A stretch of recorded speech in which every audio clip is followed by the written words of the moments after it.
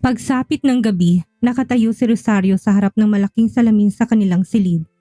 Ang mahabang puting damit na bumalot sa kanyang katawan ay lalong nagbigay ng karangyaan sa kanyang anyo. Kumikinang ang kanyang muka kahit hindi pa ganong halata ang kanyang tiyan.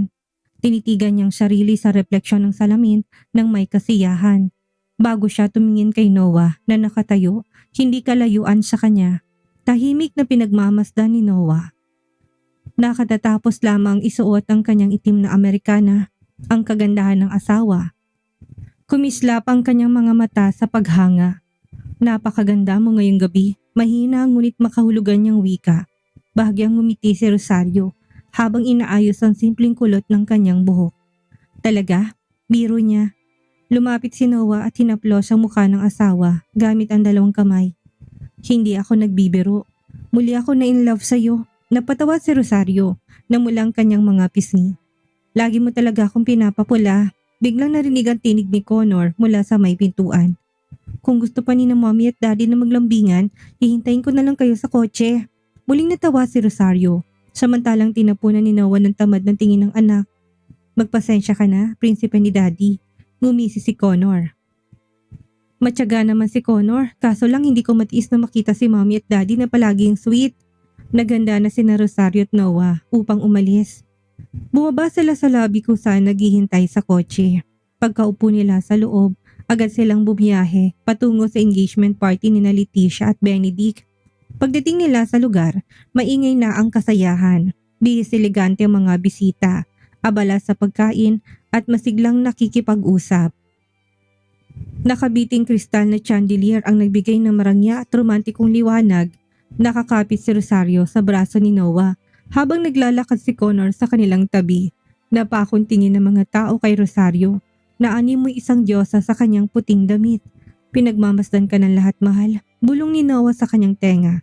Gumiti lang si Rosario. Siguro kasi matagal na rin ako hindi nagpapakita sa ganitong pagtitipon. Tumayo si Noah. Ngunit biglang nagbagong kanyang isip nang makita si Leticia sa gitna ng mga tao. Mabilis niyang binitawan ang hawak kay Rosario at lumapit. Nakangiti si Leticia na nakasuot ng maroon na damit nang mapansin ang paglapit ni Noah. Dumating ka rin pala. Matalim ang tingin ni Noah. May gusto akong itanong sa'yo. Tumaas ang kilay ni Leticia. Tungkol saan? Huminga ng malalim si Noah. Gaano kakaseryosong relasyon niyo ni Benedict? Napahalakhak si Leticia saka tumawid ang mga braso. Bakit? Natatakot ka ba na nagkukunwari lang kami ni Benedict? Hindi sumagot si Noah, ngunit malinaw sa kanyang mga matang pag-aalala. Matamang tumingin si Leticia sa kabahagyang inilapit ang muka. Relax, Noah. Natulog na kami ni Benedict. Bahagyang nagulat si Noah sa diretsong sagot. Sinuri niyang mukha ni Leticia, naghahanap ng anumang senyales ng kasinungalingan. Ngunit nanatiling kalmado si Leticia, para bang wala siyang dapat pagdudahan. Seryoso ako, Noah. Pagpapatuloy niya sa mas banayad na tinig. Hindi kami nagkukunwari ni Benedict. Alam kong nag-aalala ka, pero hindi ako mag-aksaya ng oras sa mga laro. Marahang napabuntong hininga si Noah. Hindi pa rin siya lubos na kumbinsido. Pero sa gabing yun, pinili niyang wag pahabain pa. Sige, sa wakas ay sabi niya. Sana hindi ka naglalaro. Mapait ang ngiti ni Leticia. Makikita natin. Sandali siyang tinitigan ni Noah bago muling bumalik sa tabi ni Rosario. Bagamat maraming tanong ang bumabalot sa kanyang isipan, pinili niyang namnamin ang gabing iyon kasamang asawa. Sa biyahe pa uwi, nakasandal si Rosario sa balikat ni Noah. Nakapikit ang mga mata. Masamang pakiramdam mo? Tanong ni Noah, puno ng pag-alala. Medyo nahihilo, mahina niyang tugon. Kaya ako gustong umuwi ng maaga. Napalingon din si Connor mula sa unahan. Mas mabuti ngang magpahinga ka, mommy. Huwag mong pipilitin ang sarili mo. Mahinang tumango si Rosario. Pagdating nila sa bahay, agad na bumaba si Noah at inalalayan niyang makababa ng dahan-dahan. Pagpasok sa silid, agad umupo si Rosario sa gilid ng kama. Marahan niyang minasayang sentido. Walang imik na naupo si Noah sa likuran niya at sinimulang masahihin ang kanyang ulo. Subukan mong mag-relax, mahal. Bulong ni Noah habang hinahagod ang kanyang buhok. Pumikit si Rosario, ninanamnam ang bawat haplos. Ang sarap ng pakiramdam, mahina niyang sabi. Ngumiti si Noah. Sanay ng kamay ng asawa mong alagaan ka. Bahagyang natawa si Rosario. Talaga? Siyempre, sagot ni Noah. Kung gusto mo ulit ng masahe, sabihin mo lang. Binuksan ni Rosario ang mga mata at tumingin sa kanya sa salamin. Salamat sa lagi mong pag-aalaga. Yumuko si Noah at hinalikan ng tuktok ng kanyang ulo. Tungkulin ng isang asawa yon. Sandaling katahimikan ang sumunod. Tanging hininga lamang nila ang maririnig. Pagkaraan, mahina ang tinig ni Rosario. May naisip na akong pangalan para sa baby natin. Huminto si Noah. Sa pagmamasahe. Talaga? Tumango si Rosario. Kung lalaki, iniisip kong Riven o Leon. Kung babae naman siguro, Kiara o Eliana. Ano sa tingin mo? Inulit ni Noah ang mga pangalan sa isip saka ngumiti. Maganda ang Riven, matibay ang dating ng pangalan, pero astig din ang Leon. Bahagyang lumingon si Rosario. Paano naman kung babae? Malambing na pakinggan ng Kiara, sagot ni Noah habang hinahaplos ang kanyang balikat. Pero maganda rin ang Eliana. Kontento ang ngiti ni Rosario. Gusto ko rin silang pareho. Mapagmahalang tingin ni Noah. Ano man ang pangalan, ang mahalagay malusog ang anak natin. Tumango si Rosario at magiging mabuti tayong magulang sa kanya. Hinaplos si Noah ang kanyang pisngi. Siyempre, sisiguraduhin ko lumaki siya ng puno ng pagmamahal. Matagal siyang tinitigan ni Rosario bago ngumiti ng mainit. Sa kabila ng kanyang hilo, dama niya ang ginhawa. Basta't kasama niya si Noah. Gumagaan ang lahat. Tinitigan ni Noah ang magandang mukha ng asawa sa suot nitong nightgown.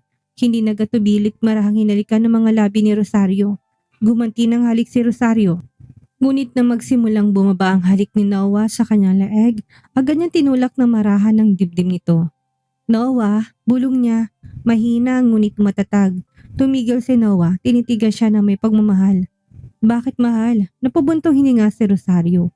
Maaga pang pagbubuntis ko. Hindi tayo pwedeng magmadali. Saglit na natigilan si Noah bago tumango bilang pag-unawa. Oo, tama ka. Bahagyang ngumiti si Rosario. Hinaplos ang pisngi ng asawa. Alam ko mismo na ako, pero kailangan nating maging matyaga. Ha? Malalim ang hiningang binuga ni Noah bago marahang hinalikan ng kanyang noo. Makapaghihintay ako, basta't ligtas ka. Napangiti si Rosario na may ginhawa. Salamat sa pangunawa.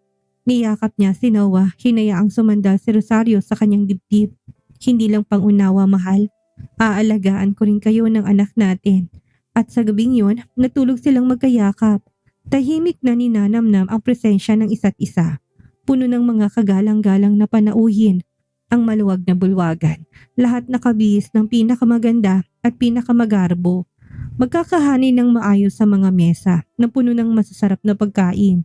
Nililiwanagan ang mga kristal na chandelier na nakabiting maringal mula sa kisame. Gabi ito ng isang espesyal na piging ninihanda ng pamilya ni Noah at Rosario. Bilang pagdiriwang sa ika-4 na buwan ng pagbubuntis ni Rosario, nakatayo si Rosario sa tabi ni Noah, suot ang isang eleganteng kulay langit na damit na malambot na bumabalot sa kanyang katawan. Bagamat hindi na pa gaano halatang kanyang tiyan, maliwanag ang kasiyang nakapinta sa kanyang mukha. Magandang gabi sa lahat, mariing tinig ni Noah habang nakatayo sa harap ng mga panauhin. Maraming salamat sa inyong pagdalo upang ipagdiwang ang aming kaligayahan. Ngayong gabi, nais naming ibahagi ni Rosario ang isang nakaka-excite na balita. Nag-umpisang magbulungan ng mga bisita. Puno ng pag-uusisa, tumingin si Noah sa asawa na may pagmamahal. Ayon sa resulta ng huling ultrasound, hindi lang isang anak namin, kundi 2. Biglang nagpalakpakan ng lahat. Masayang ngumiti si Rosario habang maigpit siyang niyakap ni Noah sa bewang. Wow, kambal! Biglang sigaw ni Leticia. Mula sa gitna ng mga tao, lumapit siya kasama si Benedict. Kailangan kong aminin, napakagandang balita nito. Ngumiti si Rosario. Salamat Leticia. Ni ako mismo hindi pa rin makapaniwala. Kinamayan ni Benedict si Noah. Congrats tol, maganda ka nang magpuyat ng doble. Napatawa si Noah. Handa ako para sa kanilang 2. Tumingin si Leticia kay Rosario nang may mas malumani na titig kaysa karaniwan. Sana maging maayos ang pagbubuntis mo. Tumango si Rosario. Salamat, sana rin maging maayos ang relasyon niyo ni Benedict. Saglit na tumingin si Leticia kay Benedict bago bahagyang ngumiti. Makikita natin. Naputol ang usapan nila nang dumating ang isang waiter na may dalang tray ng mga baso ng champagne at juice para kay Rosario. Agad nang kinuha ni Noah ang juice at inabot sa asawa. Dapat itong inumin mo. Mas mabuti sa kalusugan, malumanay niyang sabi.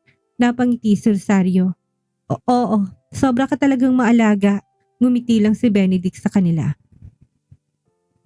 Mapalad si Rosario na magkaroon ng asawang tulad mo, Noah. Matamang tumingin si Leticia bago magkomento. Mas tama siguro sabihing maswerte sila sa isa't isa. Nagkatingin na sila Noah at Rosario at sabay nang ngumiti. Mainit at masayang naging gabi ng salo-salo. Tinamasan ng mga panauhin ng masasarap na pagkain. Masayang nagkwentuhan at nagpaabot ng pagbati para sa magiging kambal. Hindi pa kailanman naramdaman ni Rosario ang ganitong kaligayahan at gayon din si Noah sa kanyang tabi. Alam nilang binigyan sila ng buhay ng isang napakahalagang biyaya. Pagkatapos ng kasiyahan, isa-isang nagpaalam ang mga panauhin. Dahil sa pagod, naupo si Rosario sa sofa ng sala habang banayad na hinihimas ang kanyang tiyan. Umupo si Noah sa tabi niya at mahigpit na hinawakan ang kanyang kamay. Napagod ka ba? Tanong ni Noah habang maingat na tinititigan ang mukha ng asawa. Dahan-dahang tumango si Rosario. Medyo, pero masaya ako. Naging maayos ang party. Ngumiti si Noah at tinalikan ang likod ng kanyang kamay. Ang pinakamahalaga, ligtas kayo ng mga anak natin. Maya-may narinig nilang maliit na yabag na papalapit. Dumating si Connor. Puno ng pananabik ang muka. Agad siyang umakyat sa kandungan ni Rosario at mahigpit na yumakap. Mami, pwedeng katabi ni Connor si Mami matulog ngayong gabi? Malambing niyang tanong. Hinaplos ni Rosario ang buhok ng anak. Bakit bigla mo namang naisip na katabi si Mami? Tumingin si Connor sa tiyan ni Rosario na kumikislap ang mga mata. Gusto kong malapit sa kambal. Matutuwa sila kapag kasama ako. Napatawa si Noah sa rason ng anak. Gusto mo na kaagad na maging mabuting kuya ano? Masiglang tumango si Connor. Oo, kailangan ni Connor alagaan si Mommy at ang mga baby. Mapagmahal ang tingin ni Rosario sa anak. Sige, ngayong gabi pwede. Biglang kumislap ang mukha ni Connor. Yay! Umiling si Noah ng may ngiti. Ibig sabihin, kailangan ko mag-share ng kama ngayong gabi. Napatawa si Connor. Oo, daddy sa gilid si Connor sa gitna. Natawa rin si Rosario sa inasal ng anak. Sige, halika na sa kwarto. Umakyat silang tatlo. Pagkatapos magpalit ng pantulog, humiga si Rosario sa isang gilid ng kama. Samantalang mabilis na umakyat si Connor at humiga sa gitna. Pinagmamasdan sila ni Noah na may mainit na ngiti bago siya nahiga sa kabilang gilid. Napansin niyang dinikit ni Connor ang tenga sa tiyan ni Rosario. Anong ginagawa mo anak? Tanong ni Noah na tila nagtataka. Mahinang bumulong si Connor. Nakikinig si Connor sa boses ng kambal. Baka kapag kinausap nila ako, napatawa si Rosario. May narinig ka ba? Napakunot ang noo ni Connor. Parang tulog sila. Nagtawanan sina Noah at Rosario. Hinaplos si Noah ang ulo ng anak. Siguradong matutuwa sila na may kuya silang kasing bait mo. Proud na umiti si Connor sa kaniyakap si Rosario. Mahal ni Connor si Mommy. Mahal si Daddy at mahal din ng kambal. Gumanti ng yakap si Rosario. Mahal ka rin ni Mommy, Connor. Hinawakan ni Noah ang kamay ng anak at tinigpitan ng pagkakahawak. Mahal natin ang isa't isa. At sa gabing yon, natulog silang puno ng init at pagmamahalan. Nasa gitna si Connor, niyayakap ang tiyan ng kanyang mommy. Para bang handa na siyang maging mapagmahal na kuya sa mga kapatid. Pinagmamasdan sila ni Noah ng may sukdulang kaligayahan. Tahimik na nangangakong iingatan sila, anuman ang mangyari. Nang matiyak na mahimbing nang natutulog sina Rosario at Connor, may ingat na bumangon si Noah mula sa kama. Kinuha niya ang kanyang phone at naglakad papunta sa balkonahe. Nilanghap ang malamig na hangin ng gabi bago tinawagan si Leo. Ilang ulit na nagring bago sumagot si Leo. Hello boss, tawag sa ganitong oras, ano meron? Kaswal ang tinig ni Leo, tumingala si Noah sa gabing puno ng bituin. Kumusta ang construction project? May problema ba? Bahagyang napumuntong hininga si Leo bago sumagot. Sa ngayon, maayos lahat. Dumarating ang mga materyales sa tamang oras. Nadagdagan ng mga manggagawa at halos nasa 50% na ang progreso. Dahan-dahang tumango si Noah. Mabuti. Bukas pupunta ako sa site para personal na tingnan. Napatawa si Leo. Biglaan na, boss. Surprise inspection? Bahagyang ngumiti si Noah. Gusto ko lang masiguro na maayos ang lahat. Malaki ang project na to para ipagsawalang bahala. Sumang-ayon si Leo. Naintindihan ko. Handa akong sunduin ka bukas kung gusto mong sabay tayo. Umiling si Noah. Hindi na kailangan. Ako na lang ang pupunta. Mag-focus ka sa field. Sige boss. Handang-handa ako. Sandaling tumigil si Noah bago muling magtanong. May naiulat bang kahina-hinalang manggagawa o estranghero? Nakuha agad ni Leo ang ibig sabihin. Wala pa naman, lahat maayos, ayon sa protocol. Nakahinga ng maluwag si Noah. Mabuti, siguraduhin mo lang na ligtas ang lahat. Ayoko na may aberya, tumango si Leo sa kabilang linya. Walang problema boss, ayos ng lahat. Matapos ang ilang minutong pag-uusap, ibinaba ni Noah ang tawag. Sumandal siya sa rehas ng balkonahe. Pinagmamasdan ang payapang gabi. Sa kanyang isipan, paulit-ulit ang pag-iisip tungkol sa hinaharap. Hindi lamang negosyo ang project na to, kung malaking puhunan para sa kanyang pamilya. Nais niyang matiyak na magiging perpekto ang lahat. Walang sablay. Makalipas ang ilang sandali ng pagninilay, bumalik siya sa silid. Mahimbing na natutulog si Connor. Yakap pa rin ang tiyan ni Rosario. Habang banayad ang paghinga ng kanyang asawa, bahagyang ngumiti si Noah. Saka nahiga sa tabi nila. Marahan niyang hinaplos ang ulo ng anak at hinalikan ang noo ni Rosario. Sa kanyang puso, nangako siyang magtatrabaho na mas mabuti para sa kanilang kinabukasan. Maagang nagising si Noah kinabukasan. Mas maaga kaysa sa nakasanayan niya. Pinagmasdan niya si Rosario na mahimbing pang natutulog katabi ni Connor at napangiti sa payapang anyo ng kanyang asawa. Maingat siyang bumangon, inayos ang kumot para sa dalawa.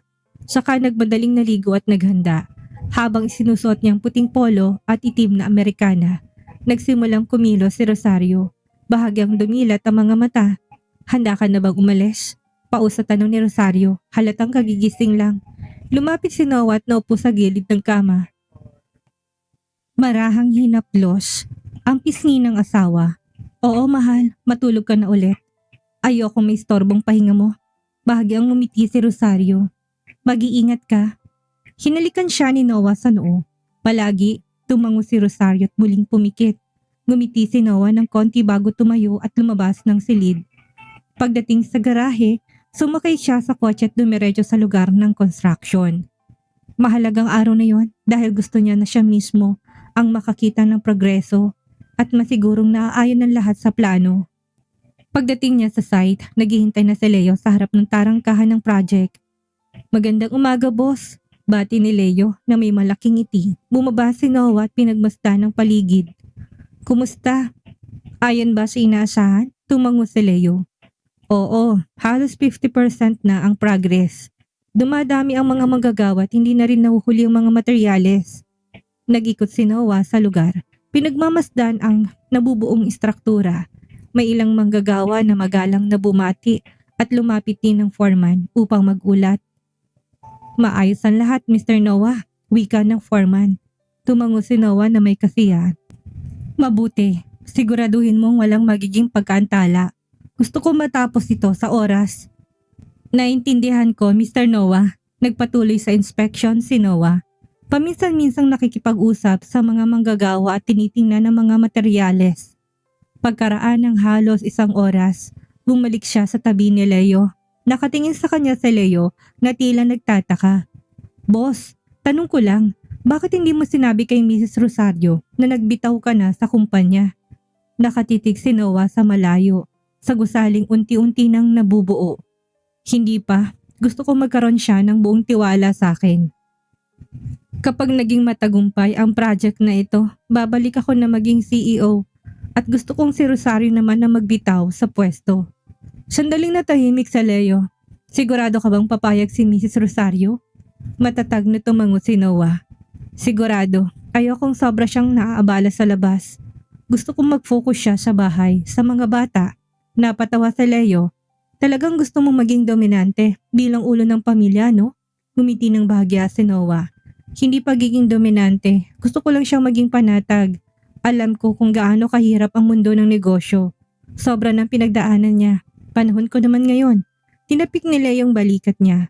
Kung ganun, good luck boss. Tinitigan ni Noah ang project ng may kumpiyansa. Sisiguraduhin niya na magiging maayos ang lahat para sa kinabukasan ng kanyang pamilya. Nang hapon ding iyon, matapos ang inspection, hindi dumiretso si Noah pa uwi. Sa halip pinaybay niyang daan patungo sa isang maliit na gusali sa sentro ng lungsod. Hindi to kasi grande ng dati niyang opisina. Ngunit dito siya muling nagsimulat mula sa wala. Pagpasok niya, sinalubong kagad siya ng ilang staff na kasama niya nitong mga nakaraang buwan. Magandang hapon, Mr. Noah, bati ni Nila, ang kanyang sekretarya. Tumango si Noah. Magandang hapon, may update na ba? Agad iniabot ni Mila ang ilang folder. Ang bid mula sa Mandala Group ay opisyal lang sa kanila. Nagpadala na sila ng kontrata at humihiling ng agarang pagpupulong. Ngumiti si Noah ng may kasiyahan. Mabuti, i-schedule ang meeting sa makalawa. Opo, Mr. Noah. Pumasok si Noah sa kanyang opisina. Umupo sa upuan at binuksan ng laptop. Nasa harap niyang listahan ng mga kasalukuyang project. May ilang malalaking bid na naipanalo na niya at ilang kilalang negosyante ang nagpahayag ng interes na makipagtrabaho.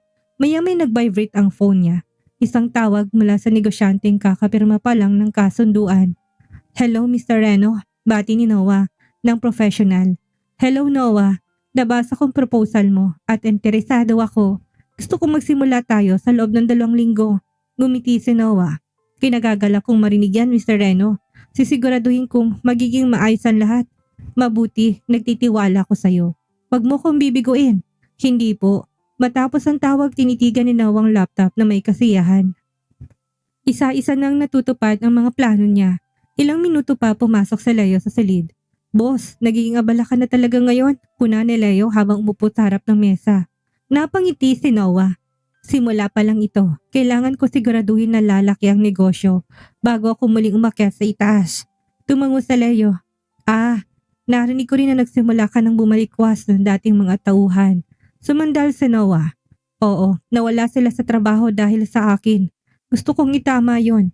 Karapat dapat silang bigyan ng pangalawang pagkakataon. Ngumiti si Leo. Sigurado ako na matutuwa silang makabalik sa inyo. Napabuntong hininga si Noah. Sana nga. Ayoko maulit ang parehong pagkakamali. Tinitigan siya ni Leo ng seryoso. At kapag naging matagumpay itong negosyo, anong susunod? Diretsong tumingin si Noah. Babalik ako ng CEO at gusto kong ipasa ni Rosario sa akin ng kumpanya. Gusto kong siya mag-focus sa pamilya. Napataas ang kilay ni Leo. Papayag kaya si Mrs. Rosario? Bahagyang ngumiti si Noah. Sigurado kung maunawaan niya. Gusto ko lang siyang maging panatag na hindi na kailangan pang isipin ang bigat na negosyo. Dahan-dahang tumango si Leo. Kung ganon, siya na maging maayos ang lahat ng plano. Mariing pinisil ni Noah ang kamao. Sisiguraduhin kung mangyayari yon. Habang abala siya, sinandal ni Noah ang katawan sa upuan. Kinuha ang phone at tinawagan si Rosario. Makalipas ang ilang segundo, lumitaw ang mukha ng asawa sa screen. Hi mahal, bati ni Rosario na may malumani ng ngiti. Matiim siyang tinitigan ni Noah. Kumusta ka? Hindi ka na ba nasusuka gaya kahapon? Umiling si Rosario. Wala na, ayos lang ako ngayon. Wala na ring pagsusuka. Si Connor pa nga nagyaya sa akin na maglakad-lakad sa parke. Huminga ng maluwag si Noah. Mabuti naman, nag-alala ako kung mahina ka pa. Napatawa si Rosario. Hindi ako mahina, Noah. Lalo na simpleng pagsusuka lang. Pero nag-iingat pa rin ako. Alam kong hindi ka mapapanatag kapag nagkasakit ako. Tumango si Noah. Tama, ikaw at ang mga baby natin ang pinakamahalaga ngayon. Tinitigan siya ni Rosario na may pagmamahal. Ikaw naman, huwag kang sobra sa trabaho na nakakalimot kang magpahinga. Bahagyang umiti si Noah. Ayos lang ako. Maraming trabaho pero nag-e-enjoy naman ako. Mabuti, alam kong palagi kang may malalaking plano. Basta, huwag mong pilitin ang sarili mo. Wika ni Rosario. Tumango si Noah. Alam ko ang limitasyon ko. At kapag napagod ako, uuwi ako sa'yo at kay Connor. Ngumiti si Rosario ng kontento. Yan ang gusto kong marinig. Huwag mo masyadong seryosohin ang trabaho. Hihintayin ka namin mamaya. Babalik ako, pangako. Sabi ni Noah bago ibinaba ang tawag. Pagkalapag ng phone sa mesa, bumalik siya sa laptop pero hindi lubos na nakapag-focus. Alam niyang suportado siya ni Rosario. Ngunit gusto pa rin niya natiyakin na naayon na lahat sa plano. Kinuha niya ulit ang telepono at tinawagan si Carlo. Ang pinagkakatiwala ang assistant ni Rosario. Hello, Mr. Noah. Sagot ni Carlo. Carlo, gusto kong itanong ang tungkol sa kumpanya ni Rosario. May problema ba? Diretsang tanong ni Noah. Sandaling nag-isip si Carlo bago sumagot. Sa ngayon ligtas naman po ang lahat, Mr. Noah. Matatag ang pananalapi, maayos sa mga project at walang malalaking balakid. Active din si Mrs. Rosario sa paggawa ng mahalagang desisyon. Tumango si Noah kahit hindi siya nakikita. Mabuti, gusto ko lang masiguradong kontroladong lahat. Opo, Mr. Noah, lagi ko ring ina-update si Mrs. Rosario. At kapag may bagay na nangangailangan ng agarang atensyon, agad ko kayong ipapaalam. Mabuti, sagot ni Noah. At kung may kahinahinala, i-report mo rin kaagad sa akin. Ayokong biglain ng problema na makakapagpabigat kay Rosario. Naintindihan ko po, Mr. Noah. Seryosong tugon ni Carlo. Ibinaba ni Noah ang tawag ng mas panatag. Sa ngayon maayos pang lahat, ngunit hindi pa rin siya lubos na kontento. Gusto niyang maagap na maagaw ang posisyon ni Rosario upang makapag-focus to sa pagiging ina't malasap ang buhay na walang bigat ng trabaho. Huminga siya ng malalim at muling tumitig sa laptop.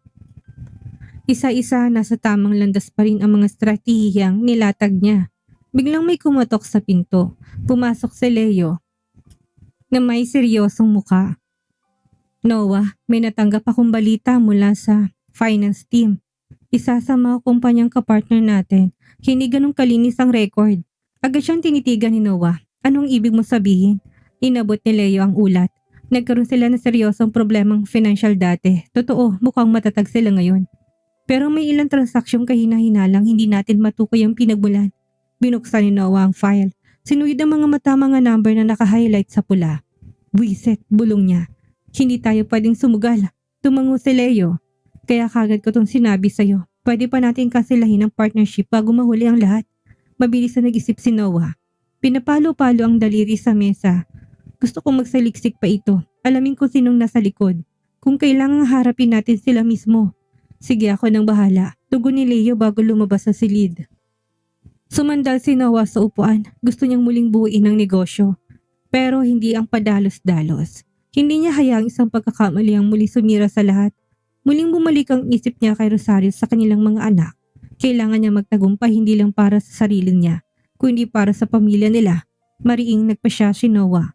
Muling kinuha ang cellphone, nagpadala ng ilang mensahe sa mga business partner at ibinalik ang sarili sa trabaho. Para sa kanya, hindi lang ito negosyo. Ito ang laban niya para muling umangat sa tuktok.